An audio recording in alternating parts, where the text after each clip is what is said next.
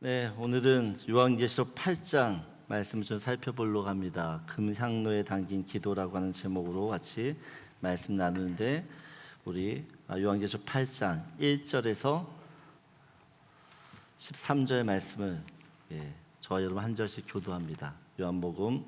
요한계시록 우리 8장 1절에서 13절인데 저와 여러분 한 절씩 교독합니다. 제가 1절 먼저 했습니다. 일곱째 인을 떼실 때 하늘이 반시간쯤 고요하더니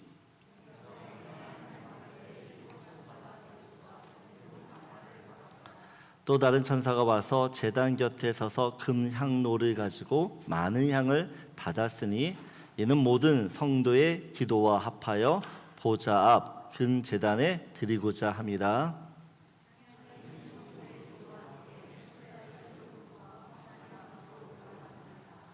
천사가 향로를 가지고 제단에 불을 담아다가 땅에 쏟음에 우레와 음성과 번개와 지진이 나더라.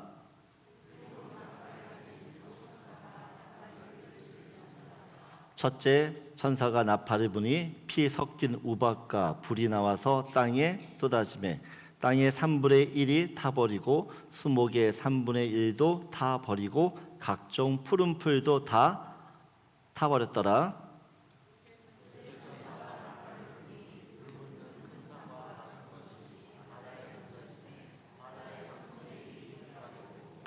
바다 가운데 생명 가진 피조물들의 3분의 1이 죽고 배들의 3분의 1이 깨지더라.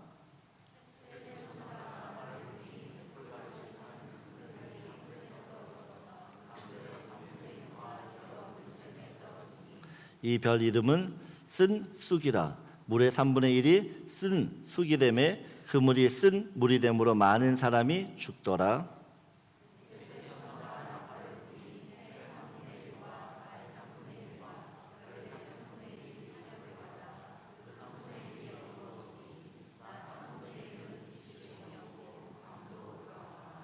(13절) 같이 있습니다. 내가 또 보고 들으니 공중에 날아가는 독소리가 큰 소리로 이르되 땅에 사는 자들에게 화가 있으리니 이는 새 천사들이 불어야 할 나팔 소리가 남아 있음이로다 하더라. 아멘. 일곱 인이 오픈되면서 앞으로 세상에 어떤 일이 벌어질지가 이제 드러나게 됩니다. 일곱 인이 떼어지면서 이 땅에 이 세상에 재앙이 시작돼요. 하지만 일곱 인의 재앙은 시작에 불과합니다.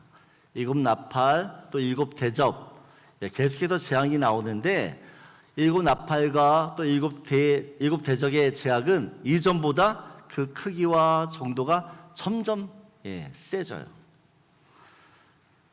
여러분, 요한계시록은 하나님의 심판을 보여줍니다. 그런데 하나님이 세상을 심판하신다, 이것으로 끝나는 게 아니라 심판을 통해서 하고 싶은 하나님의 말씀이 있어요. 사람들은 이 요한계시록의 재앙을 보면서 저런 일이 일어나면 어떡하지? 큰일 났다, 무섭다, 두렵다. 저런 일이 나한테는 일어나지 말아야 될 텐데, 그런 염려와 어떤 걱정을 해요. 왜냐하면 사람들은 이 요한계시록을 읽을 때마다 그들의 모든 시선과 관심이 어디에 있는가? 재앙에 있어요. 재앙. 하지만 요한계시록은 재앙이 본질이 아니에요. 이 요한계시록을 통해서 하나님이 우리 성도들에게 진짜 하고 싶은 말씀은 예수님이 다시 오신다라는 겁니다. 예수님의 재림을 이야기하는 것이고, 그 예수님의 재림을 우리가 어떻게 준비해야 되는지를 이야기하고 있어요. 여러분, 예수님이 다시 오세요. 그런데 그때는 아무도 몰라요. 도적같이 임하신다라고 이야기합니다. 사람들이 전혀 상상하지 못하는 그때에 오세요. 예수님이 다시 오실 때 사람들은 너무 당황해서 이렇게 이야기할 거예요. 이때 온다고? 이게 말이 돼? 하는 그때에 오세요, 여러분. 그런데 너무 감사한 건 예수님이 오시기 전에 어떤 징조와 어떤 사인을 주신다라고 이야기했어요. 그 징조와 사인이 뭐냐? 재앙이에요. 그래서 이 세상에 재앙이 임하게 되어지면 그 재앙을 잘 분별하면 이것이 주님이 오실 때가 됐구나라는 것들을 알 수가 있어요. 알 수가. 그래서 여러분, 우리가 이 세상에 수많은 재앙들이 있는데 정말 그 재앙들을 보면서 주님이 곧 오시겠다라는 것들을 이게 눈치챌 수 있다라는 것입니다. 근데 더 중요한 사실이 있어요. 더 중요한 사실. 이 하나님의 재앙은 예수님이 오시기 전에 사인과 징조인데, 그 재앙들을 통해서 하나님은 또 다른 구원을 이루고 있다라는 것입니다. 사람들은 이야기해요. 재앙이 무슨 구원이에요. 하지만 하나님께서 이 재앙을 통해서 그 재앙을 경험한 사람들이 큰일 났다, 뭔가 문제가 있다라는 것을 깨닫고 하나님께 돌이키기를 원한다는 것이에요. 그래서 재앙은 하나님이 어떻게 보면 회개, 우리들에게 구원을 주시기 위한 그 회개의 시간이라는 겁니다. 우리가 살펴보았지만 하나님으로부터 임하의 표를 받은 사람들은 하나님의 택하심을 받은 사람들이에요. 이들은 예수님을 믿고 구원을 받은 사람들이죠. 여러분, 임하의 표를 받은 사람들, 예수님이라고 하는 그 구원의 표를 받은 사람들은 하나님의 재앙과 심판에서 보호를 받습니까? 안 받습니까? 예? 여러분, 이걸 머뭇머뭇거리면 안 되죠? 우리가 예수를 믿고 구원의 표, 임마의 표를 받은 사람들은 이 땅에 재앙이 있을 때 그 재앙이 우리에게 임해요, 안 임해요? 절대 임하지 않는다라는 것들을 지지난주에 말씀드렸어요. 지지난주에. 여러분, 하지만 예수님을 믿지 않고 이 세상에 속한 사람들은 그 하나님의 재앙 가운데 그대로 그 재앙을 온몸으로 받을 수밖에 없어요. 여러분, 이 재앙은 하나님의 경고예요, 경고. 근데 이 하나님의 경고로 계속 하나님께서 재앙을 주시는데 사람들이 돌이킬 생각을 하지 않습니다. 이런 재앙이고 이런 재앙 속에 나타나는 고통이라면 왜 이런 일이 일어날까 한번 자신을 돌아보고 하나님께 돌이킬 만한데 전혀 그렇지 않다라는 것이에요. 계시록 9장 4절 6절을 보게 되어지면 같이 읽겠습니다. 그들에게 이르시되 땅의 풀이나 푸른 것이나 각종 수목은 해하지 말고 오직 이마에 하나님의 인침을 받지 아니한 사람들만 해하라 하시더라. 그러나 그들을 죽이지는 못하게 하시고 5달 동안 괴롭게만 하시는데 그 괴롭게 함은 정갈이 사람을 쏠 때에 괴롭게 한가 같더라. 그날에는 사람들이 죽기를 구하여도 죽지 못하고 죽고 싶으나 죽음이 그들을 피하리로다라고 이야기합니다. 여러분, 사람들이 7 나팔 이 재앙으로 엄청난 고통을 받습니다. 죽을 만큼, 죽고 싶을 만큼 고통스러워요. 그런데 못 죽어요. 지옥이에요. 여러분, 지옥은 내가 죽고 싶어도, 고통 때문에 죽고 싶어도 못 죽어요. 근데 지금 그런 일이 이 세상 가운데서도 일어난다라는 것이에요. 여러분, 이런 지옥을 경험하고 이런 고통을 경험하면 사람들이 깨달아야 되잖아요. 큰일 났다. 네, 계시록 9장 20절 21절을 보면 같이 읽겠습니다. 이 재앙에 죽지 않고 남은 사람들은 손으로 행한 일을 회개하지 아니하고 오히려 여러 귀신과 또는 보거나 듣거나 다니거나 하지 못하는 금, 은, 동과 목석의 우상에게 절하고 또 그 살인과 복술과 음행과 도둑질을 회개하지 아니하더라. 여러분, 여기서 회개하지 아니한다라는 것은요, 회개할 수 있는데 일부러 고의적으로 안 하는 것이에요. 내가 회개하고 싶지 않다라는 전제가 이미 사람들 안에 깔려 있는 것이에요.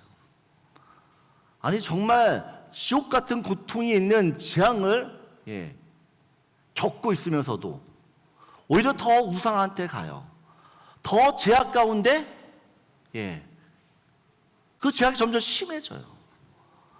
마치 애굽의 바로 왕이 10가지 재앙을 받으면서 그의 마음이 점점 강팍해지듯이 하나님이 이 세상 가운데 재앙은 구원 위한 재앙인데 그 재앙을 받으면서 내가 예수를 믿나 봐라, 이를 바득바득 걸고 반발하는 거죠. 여러분, 하나님께서 이런 사람의 악한 마음을 아세요.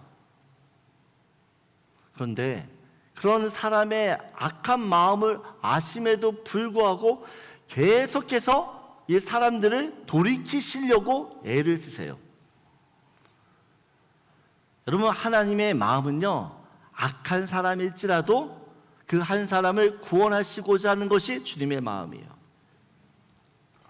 여기 계시록 10장을 보게 되어지면 사도 요한이 작은 두루마리 책을 먹어요. 근데 이 두루마리 책이 무엇인가 보면 하나님의 말씀이에요. 하나님의 말씀. 근데 어떤 하나님의 말씀인가 하니 심판의 말씀이죠. 사도 요한이 하나님으로 천사로부터 이 작은 책을 먹었을 그때는 일곱 나팔을 통해서 세상 가운데 재앙이 계속해서 일어나고 있어요. 그 재앙 가운데서 하나님께서 사도 요한에게 그 작은 책을 먹게 하시고 그 다음에 그 작은 책이 하나님의 말씀인데 그 말씀을 사람들한테 전하라고 이야기하시는 거죠.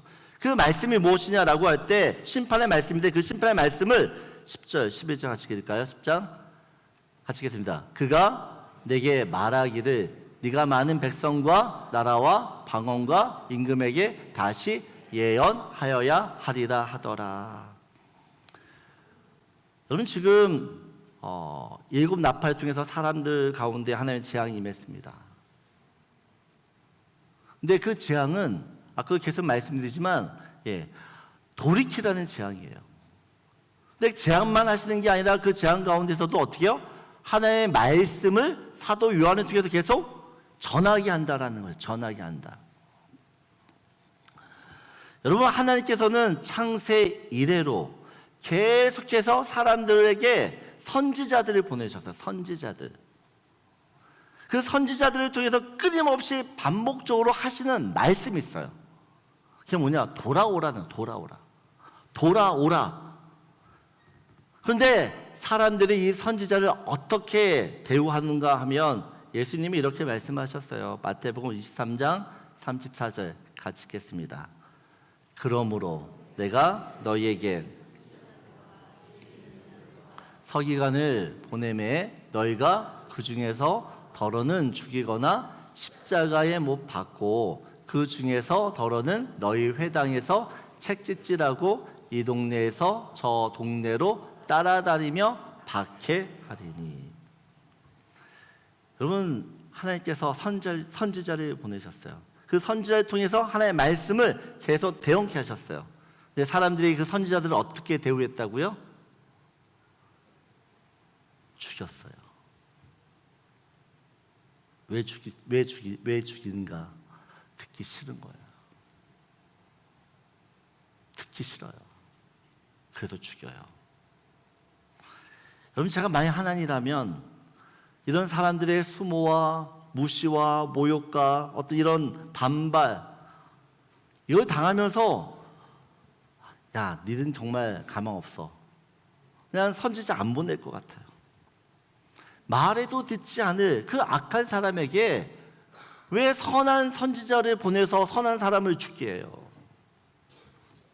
그냥 죽여버리면 되잖아요. 그냥 심판하면 되잖아요. 근데 우리 하나님 진짜 이상해요. 끈질기게 끝까지 선지자들을 보내서 사람들을 설득하세요. 하나님도 아세요. 선지자를 보내면 선지자를 보내서 선지자를 통해서 말하면 얘네들이 이 말 듣지 않을 거란 걸 아세요. 아는데도 보내. 여러분, 이건 사랑이 아니면 할 수 없는 일이에요. 하나님은 사랑이세요. 하나님은 사랑이세요. 그런데 하나님의 사랑은 단지 말로만 하는 달콤한 사랑이 아니에요. 어떻게 보면 좀 과격한 사랑이에요. 책짓질도 하시고 또 재앙을 내려서라도 그 사람들을 돌이키고 또한 구원하시고려 하는 그 악착 같은 그 마음을 가진 사랑이에요. 하나님 왜 그렇게 사랑하는지 이해할 수가 없어요. 죄송합니다. 이해가 안 돼요. 왜 이렇게 사랑하는지. 그런데 하나님이 나를 어떻게 사랑하시는지를 정말 아는 사람은 그 삶이 달라져요. 그럼 제가 아무리 새벽기도 나오세요, 말씀 묵상하세요, 교사로 좀 섬겨주세요, 여러분 이렇게 아무리 푸시한다고 해서 여러분들이 하시겠어요? 안 하잖아요. 안 해요. 근데 진짜 하나님의 사랑을 내가 받았다, 그 하나님의 사랑을 내가 정말 느끼면요, 그 사랑이 나를 움직여요. 주님 날 사랑하니까 주님과 같이 주님께 이 새벽에 힘들지만 하나님 날 사랑하니까 그 사랑은 주님께 이 아침부터 그 하루의 시간을 주님께 드리면서 하나님과 교제해야지, 그 마음 때문에 오는 거죠. 하나님의 사랑을 내가 받았으니까 그 사랑이 너무 크니까 그 사랑을 어떻게든지 다른 사람에게 흘려보내기 위해서 내가 섬기고 봉사하고 일하는 거예요. 저는 우리 랭리 은혜의 모든 식구들이 하나님의 사랑, 그 사랑이 여러분에게 온전히 전해져서 그 하나님의 사랑이 이끄는 힘을 가지고 사는 은혜가 있기 원해요. 여러분 하나님의 사랑을 여러분들이 정말 받으시면 그 사랑이 여러분이 이끄실 거예요. 요한계시록 이 8장은 7인이 떼어지면서 7나팔이 시작이 됩니다. 첫째, 둘째, 셋째, 넷째, 다섯, 여섯, 7째 나팔을 계속 불려줘요. 그런데 7나팔이 불리기 전에 하나님께서 한 가지 장면을 보여주세요. 저는 이걸 굉장한 사건이고 굉장한 의미 있는 상징적인 일이라고 생각이 되어집니다. 우리 계시록 8장 3절 4절 다시 한번 읽을까요? 같이 읽겠습니다. 또 다른 천사가 와서 제단 곁에 서서 금향로를 가지고 많은 향을 받았으니 이는 모든 성도의 기도와 합하여 보좌 앞 근제단에 드리고자 함이라. 향연이 성도의 기도와 함께 천사의 손으로부터 하나님 앞으로 올라가는지라. 여러분 지금 금향로가 있어요. 금향로. 금향로. 이 금향로가 하나님 보좌 앞에 있다라고 이야기합니다. 근데 여러분 이 금향로에 지금 무엇이 담겨 있죠? 모든 성도의 기도. 하나님 보좌 앞에 향로, 금으로 만든 향로가 있는데 그 향로에 뭐가 담겨 있냐? 성도의 기도가 담겨져 있대요. 여러분 하나님께서 우리의 기도를 얼마나 귀하게, 얼마나 소중하게 여겼으면 이 금향로에 담아두겠어요. 그리고 그 금향로를 하나님 보좌 바로 옆에 두고 계세요.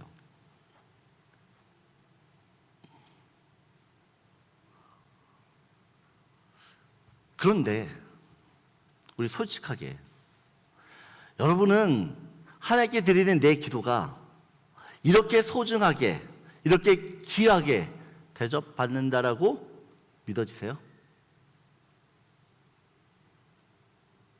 하나님은 우리의 기도를 금향로에 담아서 하나님 보좌 앞에 이렇게 두고 계시는데, 우리는 내가 드린 하나님의 기도가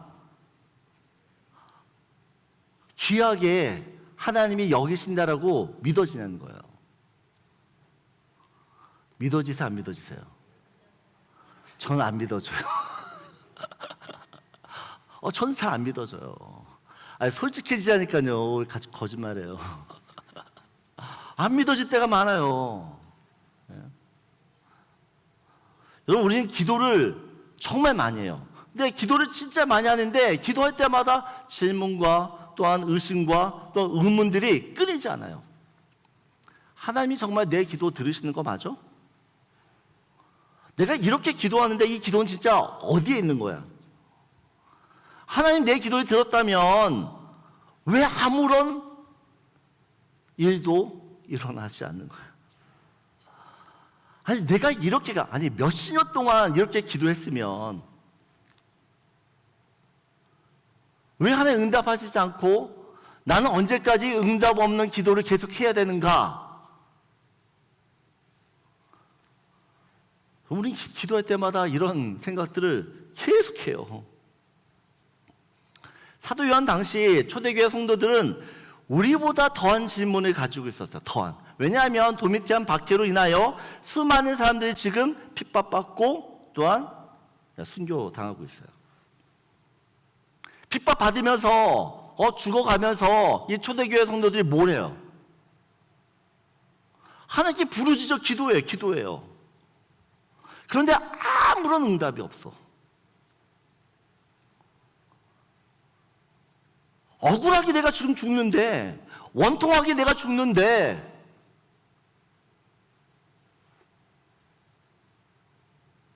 내가 기도해도 하나님은 너무 조용하세요. 기도해도 소용없는 것처럼 느껴지는 거죠.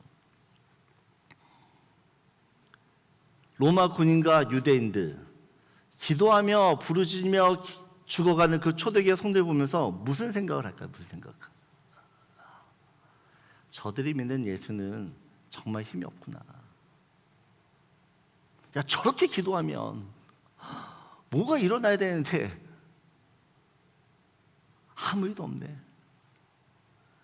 아니 저렇게 죽을 거면 왜 저렇게 기도해? 라는 생각을 하게 되죠. 그런데 오늘 우리가 읽었던 말씀처럼 하나님께서는 그 성도의 부르짖음의 기도를 금향로에 담아두세요. 절대로 우리의 기도를 외면하거나 무시하거나 하찮게 여기거나 쓰레기 취급하지 않으세요. 너무 귀하기 때문에 다른 것도 아닌 하나님 옆에 앞에 두세요. 그 기도를 어떻게 해요? 지키고 간직하세요. 여러분, 저는 오늘 이 말씀을 통해서 우리의 기도에 대한 인식의 변화가 좀 있어야 된다는 생각을 해요.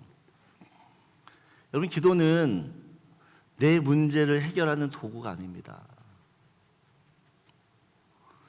기도는요, 내가 하나님 앞에서 내가 어떤 존재인지를 확인하는 자리예요.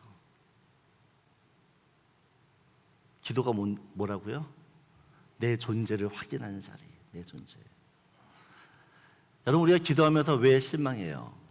왜 기도를 포기해요? 내가 원하는 기도대로 기도가 응답이 안 돼요. 그래서 기도하기 싫은 거예요. 여러분, 하나님의 간신사와 우리의 간신사가 달라요. 우리의 모든 관심사는 지금 내 현실이에요. 내 앞에는 그게 문제일 수 있고 내가 원하는 어떤 기도 제목, 소원일 수 있어요. 우리의 모든 관심사는 거기에 있어요. 그런데 하나님의 관심사는요, 내가 관심을 갖는 거기보다 나의 관심이 있어요. 나. 그래서 하나님은 내 기도를 들어주시기보다는 오히려 기도하는 나를 변화시키세요. 기도하는 나를. 하나님은 우리가 기도할 때 나는 이 상황이 바뀌어지길 원하는데 하나님은 이 상황에는 전혀 관심이 없는 것 같고 나에만 관심이 있어요. 그래서 나를 변화시켜요. 그래서 기도하면 상황은 변하지 않았어요. 근데 내가 변하니까 너무 평안하네. 너무. 그게 문제처럼 느껴지지 않는 거예요. 여러분, 우리가 진짜 기도하지 않는 이유, 내가 변할까 봐 기도하지 않아요. 내가 변할까 봐. 내가 변하면 내가 지금 누리고 있는 이 모든 것들을 포기해야 될까 봐, 빼앗길까 봐 두려워서 불안해해서 기도 안 해요. 여러분 내면 그 속마음을 보세요. 왜 기도 안 하는지. 내가 이럴 줄 알았어. 하나님이 이렇게 말하실 줄 알았기 때문에 기도 안 해 라는 것이 내 내면에 깔려 있어요. 그래서 기도 자리에 안 가는 거예요. 여러분 그러지 마세요. 그게 얼마나 나를 힘들게 하는 것인지를 여러분이 아시기를 원해요. 여러분 내가 변한다는 것은 내가 하나님을 체험했기 때문에 생기는 현상이에요. 현상. 내가 변한다는 것은 하나님이 내 인생 가운데 찾아오셔서 나와 무엇인가가 지금 일어났다라는 일이에요. 초대교회 성도들은 핍박받으면서 정말 살기가 힘들었어요. 그들이 할 수 있는 건 기도밖에 없었어요. 기도한다고 상황은 달라지지 않았어요. 상황 달라지지 않았으면 그냥 예수 믿는 거 포기하고 그냥 새 인생 살면 될 텐데 아니에요. 끝까지 예수를 붙드는 것이에요. 이유는 단 하나입니다. 기도하는 순간 살아계신 그 하나님이 나한테 찾아오는 그 놀라운 사건을 내가 경험하기 때문이에요.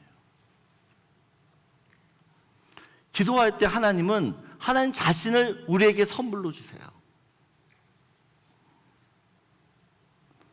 싫으시죠? 하나님이 여러분의 선물이 되신다는 것에 대해서. 근데 여러분, 하나님 자신을 우리한테 주신다는 게 얼마나 큰 선물인지를 알면 우리가 이걸 모르기 때문에 늘 우리 손에 잡히는 것들을 잡으려고 해요. 보세요. 한나가 자식이 없어서 억울하고 원통한 시간을 보내요. 한나가 뭘 위해서 기도하죠? 뭘 위해서 기도해요? 자식 달라고, 아들 달라고 기도해요. 아들 달라고. 왜요? 이 아들이 내 인생의 전부예요. 아들 없는 인생은 초라한 인생이고 버려진 인생이고 저주받은 인생 이렇게 생각하기 때문에 그래서 열심히 자식 달라는 거예요. 그 자식이 있어야지 내 인생이 사니까.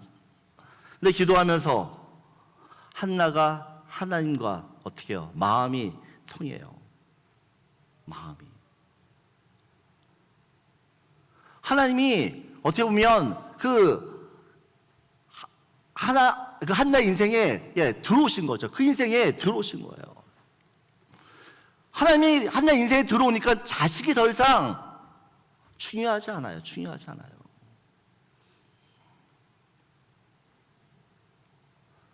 그래서 어떻게 해요? 자식을 주니까 하나님이 가장 사랑스럽고 가장 예쁠 때 그냥 하나님 드리잖아요. 왜? 그 자식보다 하나님 더 사랑하니까. 그 자식보다 하나님이 본인 인생의 전부가 되니까 그렇게 할 수 있는 거예요. 여러분 우리도 아까도 찬양하잖아요. 오직 예수님만 사랑한대요. 진심이죠. 여러분 진심으로 찬양했죠? 아니에요? 진심으로 찬양 안 하셨어요? 심각한데. 여러분 우리 정말 진심으로 오직 주님만 사랑해요. 근데 성전 문을 나가는 순간 우리는 주님 사랑하지 않아요. 그게 우리예요. 그게.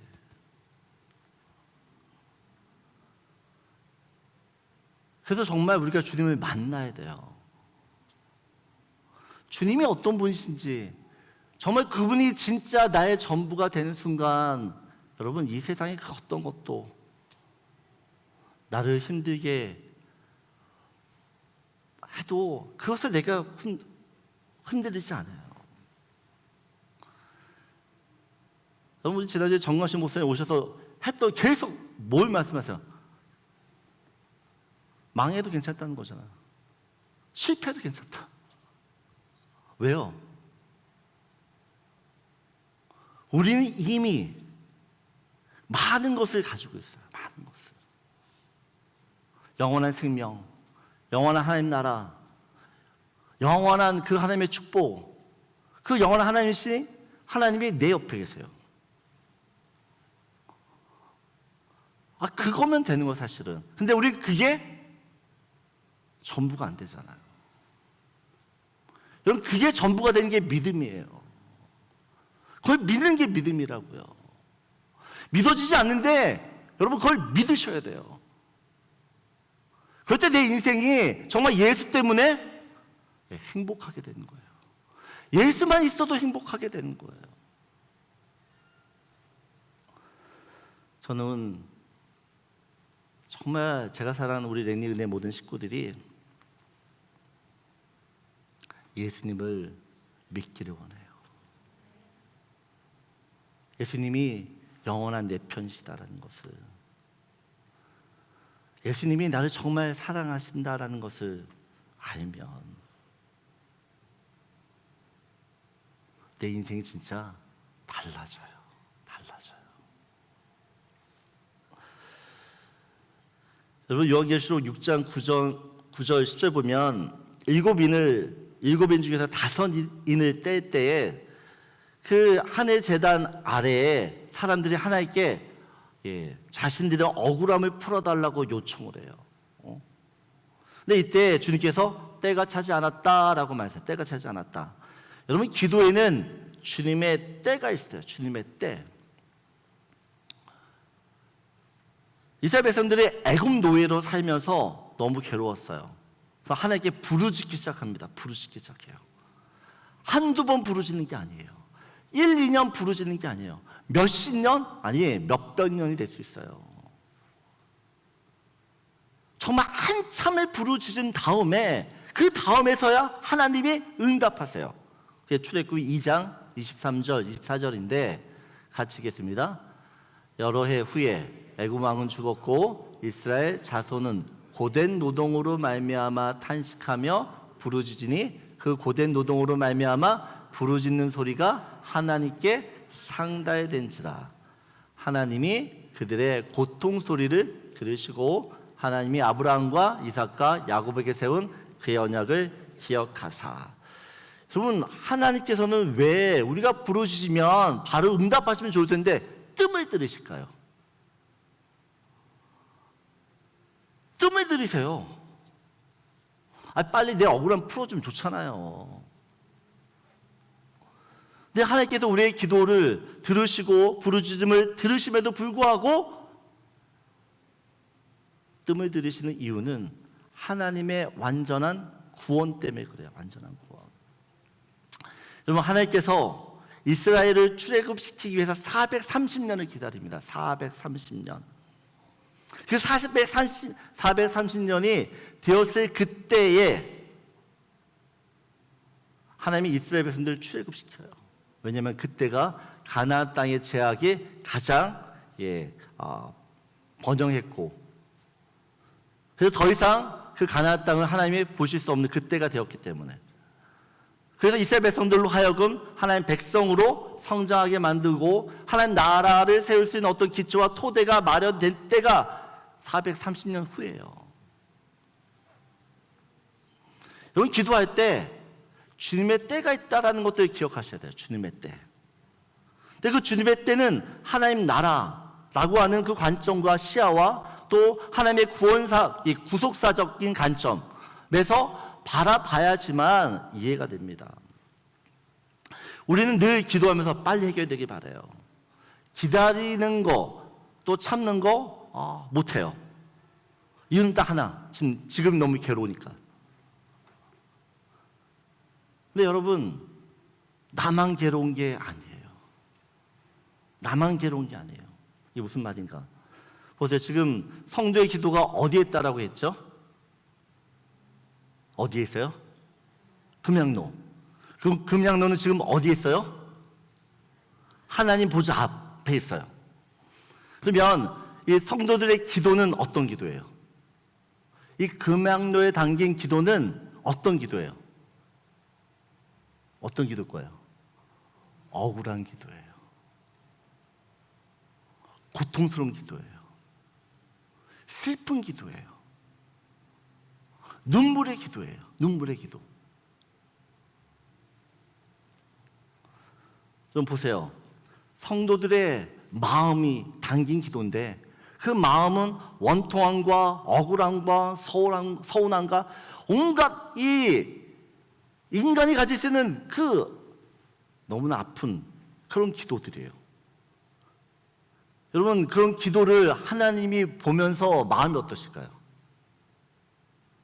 마음이 어떠실 것 같아요? 네? 아프죠. 여러분, 자식이 아파서 죽겠다고 난리를 치는데 부모가 옆에서 깔깔거리며 웃는, 그건 미친 부모죠. 그런 부모가 어디 있어? 여러분, 자식이 고통스러우면 그 부모는 몇 배, 그 이상의 고통을 겪어요. 여러분, 하나님께서도 우리의 부르짖는 기도를 정말 빨리 들어주고 싶어요. 빨리. 너무 고통스러운 걸 아니까. 그럼에도 불구하고 그 고통스러운 기도를 들으면서도 하나님이 일하시지 않고 간섭하시지 않는 이유는 뭔가 뜻이 있는 거죠.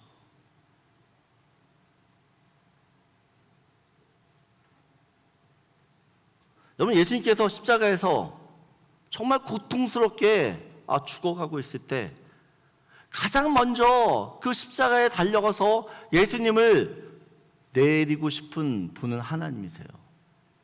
하나님. 그런데 하나님 아버지께서 자기의 독생자 아들 그 예수가 십자가에서 엄청난 고통과 엄청난 아픔을 그 사람들로부터 피조물로부터 온갖 이 치욕을 받으면서 있을 때 하나님은 그냥 당장 내려가고 싶어요. 근데 어떻게 해요? 참아요.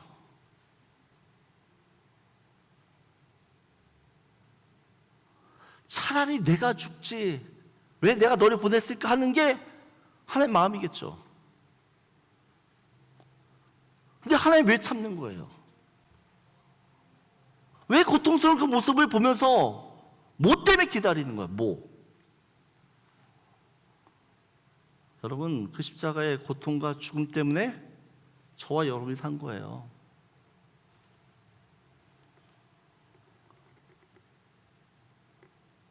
예수님이 그 십자가에서 그런 고통을 받아야지만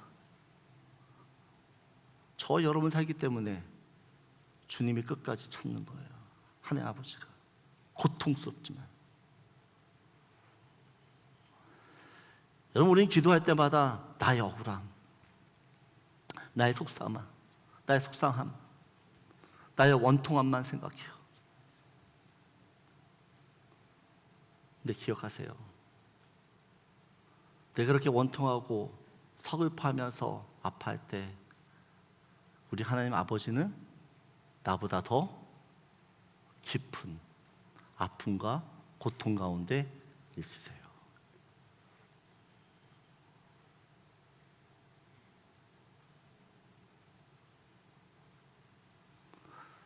하나님 우리의 기도를 들으시지 않는 것처럼 느껴지지만 그 기도를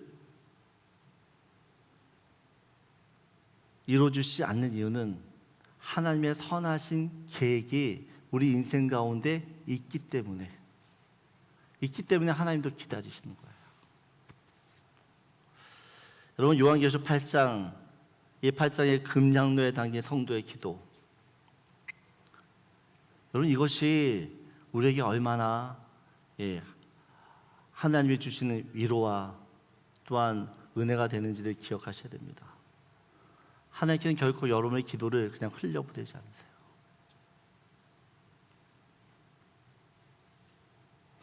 하나님은 나의 그 신음까지도, 나의 한숨까지도 들으시는 분이에요. 여러분, 들으신다라고 하는 것은 전제가 있어요. 듣는다라는 것은 뭔가를 하기 위해서 듣는 거예요. 주님이 여러분의 기도를 들으신다라는 것은 결국 무슨요? 그 기도를 듣고 반드시 어떤 일을 행하신다라는 거예요. 그래서 여러분 기도할 때마다 의심하지 마세요. 기도할 때마다 하나님 정말 내 기도 들으실까? 염려하지 마세요. 때가 되면 하나님은 내가 기도했던 것보다, 내가 상상했던 것보다 훨씬 놀라운 일들을 우리 가운데 행하시게 된 줄 믿습니다. 여러분 믿어야 됩니다. 성도의 기도는 응답 없는 것처럼 보여도 하늘에 쌓이고 있어요. 그래서 끝까지 기도하셔야 돼요. 끝까지. 제가 가끔 성도님들한테 이런 얘기해요. 너무 힘들어요. 기도하는 거 포기하고 싶어요. 그때 제가 늘 이 여리고성 비유를 하세요. 집사님 지금 6바퀴째 돌았어요. 나머지 한 바퀴 남았어요. 끝까지 기도하세요. 너무 억울하잖아. 7바퀴 돌면 무너지는데 내가 지금 6바퀴 돌고 멈추면 그 하나님의 역사를 경험 못하는 거잖아요. 이거 얼마나 억울해요. 끝까지 기도하셔야 돼요. 끝까지 기도할 때 하나님이 우리를 붙들어 주세요.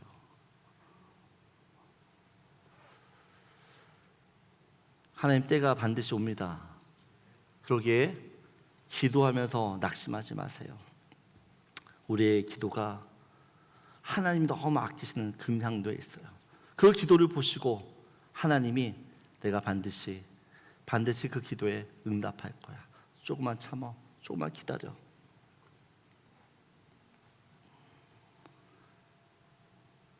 그 하나님의 신뢰하는, 또 하나님이 우리의 기도에 신실하게 응답하심을 믿는 저와 여러분 되기를 주님의 이름으로 축원합니다. 우리 이제 같이 찬양을